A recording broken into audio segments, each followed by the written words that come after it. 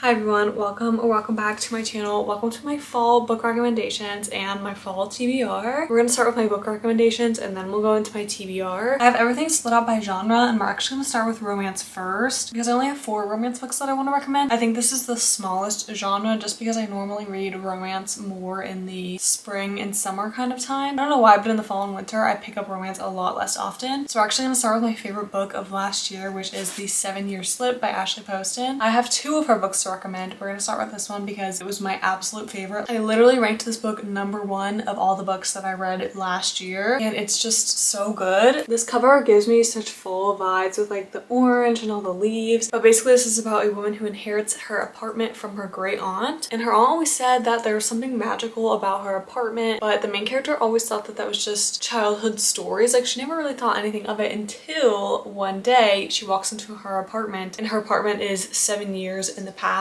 So only her apartment can time travel. As soon as you walk out of the apartment, you're in present day. Like I said, this is a romance, so it's such an interesting concept for a romance and I just ate it up. It was so good. Also takes place in, I want to say New York City, which immediately gives me fall vibes. Like anytime I think of New York City, I always think of New York City in the fall or in the winter. I don't know why. Maybe that's because I've never been to New York City when it's like hot outside. I don't know. But the vibes in this book are immaculate. I'm just obsessed with this book and the concept of this book. Literally everything about this book I love. And then like I said, I had 2 books by that author. So I've also read The Dead Romantics, which kind of gives me more of like spookier vibes, not necessarily strictly fall vibes, but you know, spooky season is in fall, so I'll let it slide. But basically our main character in that book can see ghosts. And so when she goes back home, she's seeing a lot of ghosts because her family runs a funeral home. And I don't want to give too much away. I don't want to spoil anything obviously, but basically when she goes back home, she kind of meets this ghost that she is shocked to see at her home. And then things just spiral from there. You focus a lot on her. Let me tell you, the vibes in this book are just spot on for fall. You know what's also spot on for fall? This chai latte I made with pumpkin cold foam. It might be still 80 degrees outside, but I'm in a sweater and I'm drinking my little pumpkin chai latte and I'm loving it. And then my next recommendation also has a bit of a spooky vibe to it rather than fully fall. This is The X-Hex. Also another really interesting concept. There's 2 books in this. They're kind of like a duology, but I think you can read the second one as a standalone if you wanted to. But this book follows a family of witches who own this like really cute like witch gift shop. But the main character, like I said, she's a witch. She accidentally hexes her ex-boyfriend. And so when her ex-boyfriend comes to town and all of these crazy things are happening, he's like,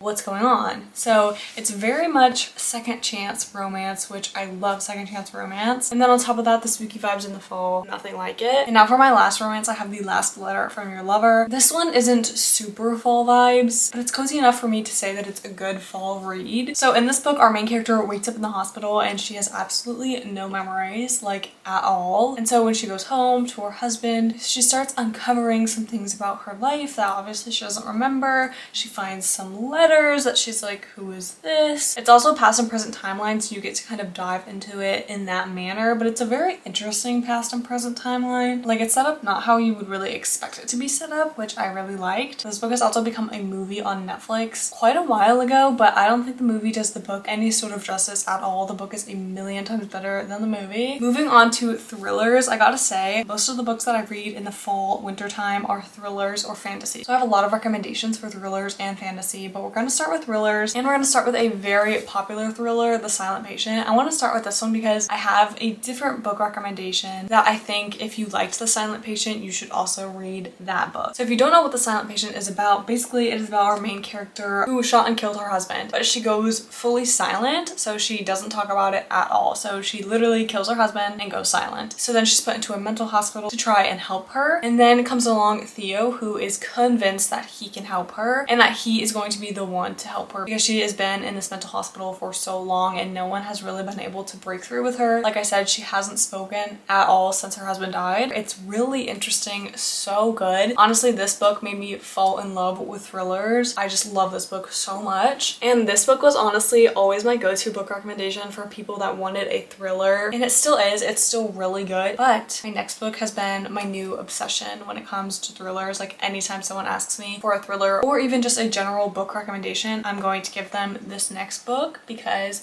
I read it somewhat recently and I'm obsessed with it. Like I said, if you read The Silent Patient and you liked it, I highly recommend The Therapist. Basically, you have this couple that moves into this gated community called The Circle, and it's a small community, so everyone is really close to each other. Like, they're all friends, basically. But you can tell that things aren't really as they seem because everyone seems to know something that the main character doesn't know. And obviously, the main character finds out what the secret is, and then she starts to deep dive into trying to put the pieces together behind this secret. And that's all I want to tell you, because you should just go into this book knowing that, and that's it, because it is a work of art. I am obsessed with this book. This is one of those books that I think if more people read it, I feel like it can become the next Silent Patient. Like, it has that potential to become that popular. Next up, another pretty popular series, but I want to talk about it because the main character is in school, and I feel like school, specifically like high school and college, that time really reminds me of fall. So this is the Good Girls Guide to Murder trilogy, and I also feel like this is a good time to recommend this series because it recently became a TV show on Netflix. So you can read the books and then go watch the TV show, which is so fun. But basically this is about Pip, and for her senior project she decides to take a deep dive into the case of Andy, who was murdered in her town like 3 or 4 years ago, because the outcome doesn't really sit right with her. And so as she's diving into these things, she obviously starts uncovering even more things about this case. It's so good, and I did not expect the ending at all. I feel like these are slightly less thrillery than all of the other thrillers I recommended. A little bit more like mystery vibe, but still some of that thriller vibe, especially as you keep going on into the series, like as she gets older and things get more intense. Highly recommend, so good. And then I have a couple other books by that author that I want to recommend as well. She is literally so popular, and for good reason. The other book I want to recommend is her newest release. It's The Reappearance of Rachel Price. This is about a girl's mom who obviously disappeared, and she reappears in the middle of them filming a documentary about her disappearance, which is, hey, crazy timing. So you follow the main character, who is the daughter, who is very, very suspicious of the mom and her random reappearance into her life. And obviously that was very hard for her mom to just straight up disappear one day. Plus she was the one last with her mom when her mom disappeared. So that's to uncover there. I will say if you don't like your thrillers to be a bit longer, you might not like that one because it is a little bit longer for a thriller. But the next book that I have to recommend by Holly Jackson, which is my last book recommendation by Holly Jackson, I literally read, I think in 2 sittings. It was so good. I loved it. It was 5 Survive, and kind of like the title alludes, there are 6 people all in high school. They go on this spring break trip in a van, like a camper van, and obviously like they drive there. They're in like a massive RV, but something happens and only 5 of them will be able to survive the night, and there's 6 of them, so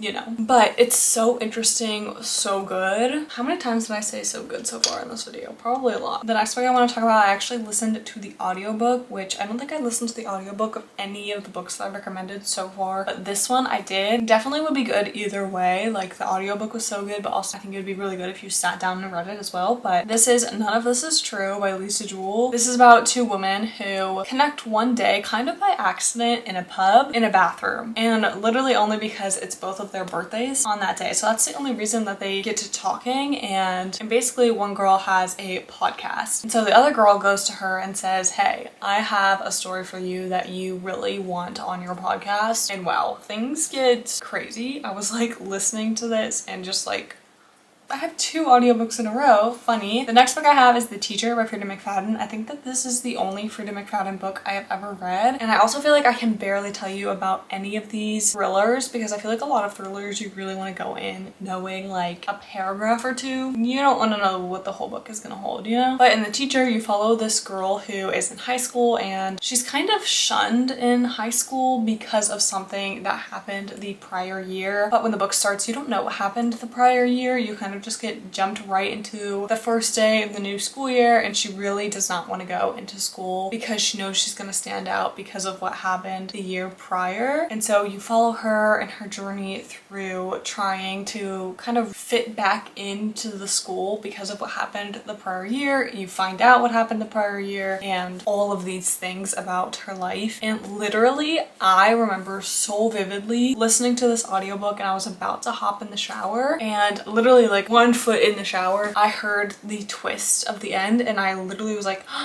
no way, like I don't believe that I just heard that correctly. I rewinded. Yeah, I heard that correctly. It was crazy. And then I do have one book that I think is more of a mystery rather than a thriller that I want to recommend. And this one is such a oddly specific recommendation. Like, I think only probably 5% of you will be like, yeah, I want to read that book.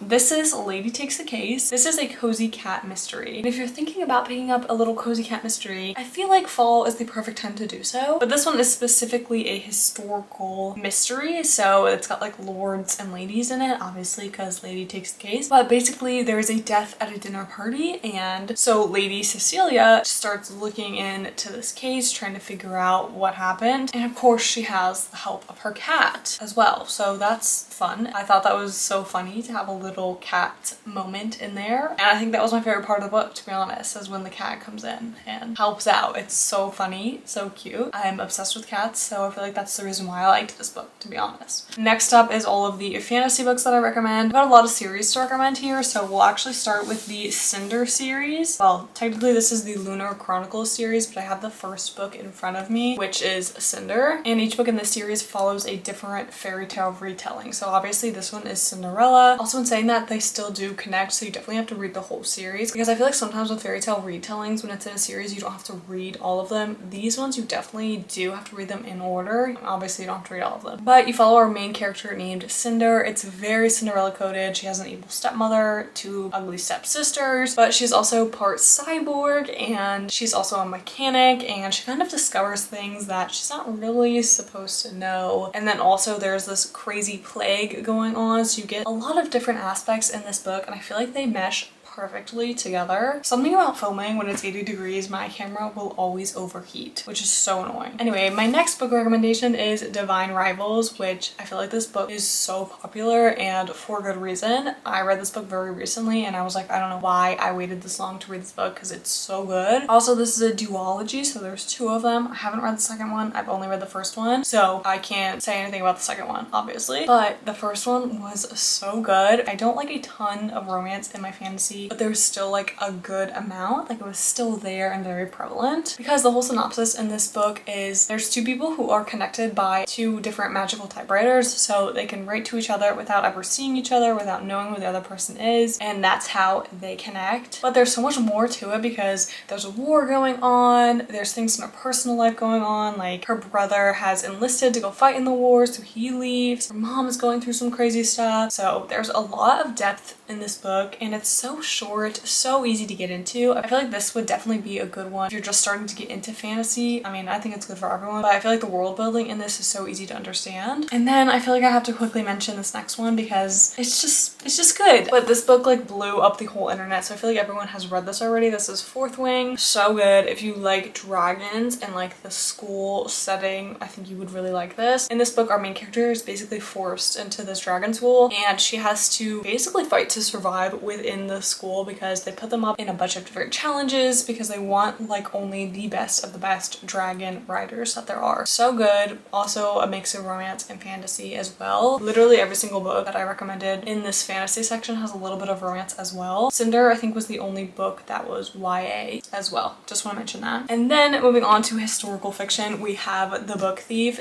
This book, I feel like, oh my gosh, I read this in like middle school, and I swear I've been obsessed with it ever since. It's so good. But this takes place during a World War II in Germany, but the main character was adopted, and you follow her basically from the very start of her adoption. So you get that process of her trying to learn this new area, learn her new family, things like that. And the war element is pretty heavy in this book, so I feel like if you don't like reading about this time in World War II, you might not like this book. Plus, it is a very sad book, but I 100% recommend this book. It is so good. And then the next book I want to talk about is another historical fiction book that is actually my most recent 5-star read. This was Carnegie's Maid. This is also on a different end of things historically wise. Like, this takes place during the lords and ladies time period. I think it takes place in like the early 1870s, I think. So you follow this girl who, her family lives in Ireland, and I believe that this is also like right after the potato famine. And so her family sends her to America saying, you need to get a job and you need to send us money, basically. So she goes to America to support her family. And as soon as she gets off the boat, someone is calling her name. She's like, like, well, this is weird because absolutely no one is expecting me here. Turns out they are calling a different Clara Kelly because her name is like very bland almost. Very common. Not bland, it's very common. And so she's like, well, I might as well pretend to be this other girl. So she does, and that is how she becomes a maid. Well, technically she's a lady's maid. So good. There's also a hint of romance in this as well. Literally love this. If you like reading about lords and ladies like I do, I love reading about lords and ladies, you will love this book. And now really quickly, I want to run through the 3 nonfiction books that I have. Oh, they're all memoirs as well. So if you were looking for a new memoir that you want to read, I'm going to give you 3 quick recommendations because I feel like the winter time is a good time to start getting into some nonfiction, and who doesn't love a good memoir? So I'm going to start with my favorite memoir of all time. This is Jennette McCurdy's I'm Glad My Mom Died. If you grew up watching iCarly or you just like memoirs in general, this book is for you. It is so good. Also want to recommend Tom Felton's Beyond the Wand, another really good memoir. I feel like I could really hear him in this book. And again, I'm such a big Harry Potter fan that I just needed to hear his side of things because I love him and I love Draco. Also, this is your sign that if you haven't read Harry Potter, you should as well. Add that to your fall TBR. And then my last memoir is Matthew Perry's Friends, Lovers, and the Big Terrible Thing. It is so hard to look at this book now, but if you haven't read it, it is a very good memoir. It is obviously hard to read because of the big terrible thing, and I'm not sure that I could read this now after everything because it honestly is a little bit heartbreaking, but so good. Highly recommend if you are looking for a memoir. And now to get into my fall TBR. My fall TBR is excessively long, and I feel like that's partly because I probably will not make a winter TBR. I feel like this fall TBR will just kind of go into winter because some of these books are very fall-like, some are like slightly fall-like. So let's start with the books that I don't have in front of me that I don't own, and we'll start with the ones that are like super fall. So I want to read You Again simply for the fall vibes. Oh, also I want to mention that I like to go into my books as blind as possible. I don't want to know much about my books, so I'm only going to give you a synopsis if I know what the book is about. Most of these books I honestly don't know what they're about. So with that being said, You Again, I have no idea what it's about, but look at the cover. The fall vibes are immaculate. Another book with crazy good fall vibes is The Pumpkin Spice Cafe. Oh, so cute. And then I also got a comment kind of recently recommending me the book Coraline, which I have seen that movie so many times. I used to watch that movie a lot as a kid,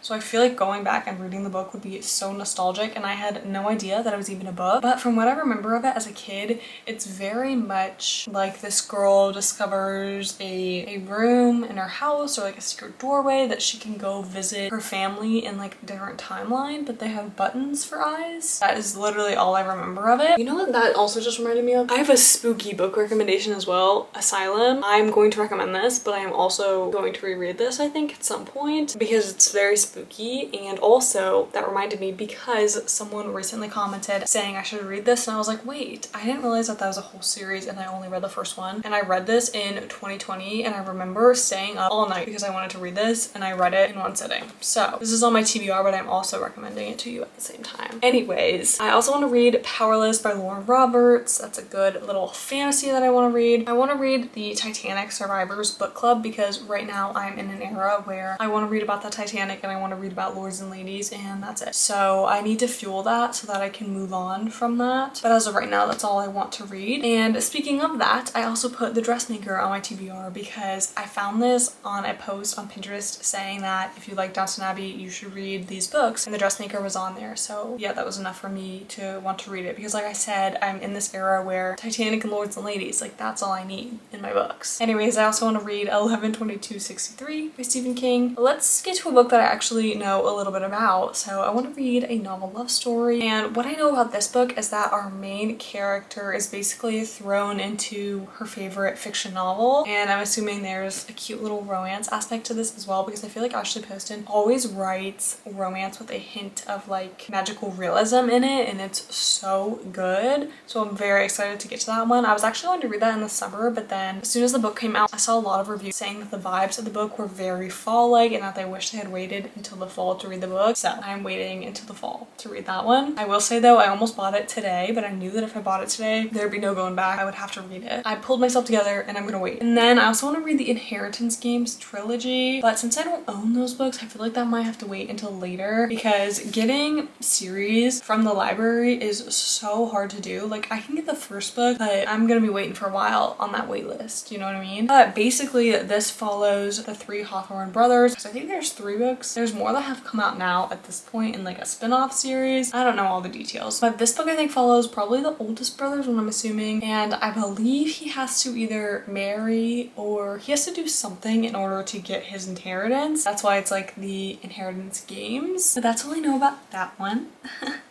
Okay, last book on my TBR that I don't own is Curse of the Wolf King, which is the first book in the Entangled with Fae series. I've been wanting to read the series for so long because I love fairy tale retellings. I'm obsessed with fairy tale retellings. This whole series is fairy tale retellings, but specifically this first one is a Beauty and the Beast retelling, which Beauty and the Beast is actually my favorite fairy tale of all time, which I feel like any book lover, specifically if they're also brunette, is obsessed with Beauty and the Beast. Especially like as a kid growing up, I was like, yeah, I am bound. So that is the last one on my TBR that I don't own. Also, I made this cute little graphic for my fall TBR so that I can kind of like check them off on Canva as I finish them. And then I also made one for my physical TBR, which I don't know why, because I obviously have the books like in front of me, so it's easier to track when I read them. There's so many books that I want to read in the fall. Well, just in general, but also in the fall. But that was it for today's video. That is my very long fall TBR and also a ton of fall book recommendations. Let me know any fall book recommendations you have in the comments below. Thank you all so much for watching. Don't forget to comment, like, and subscribe, and I will see you in the next one. Bye!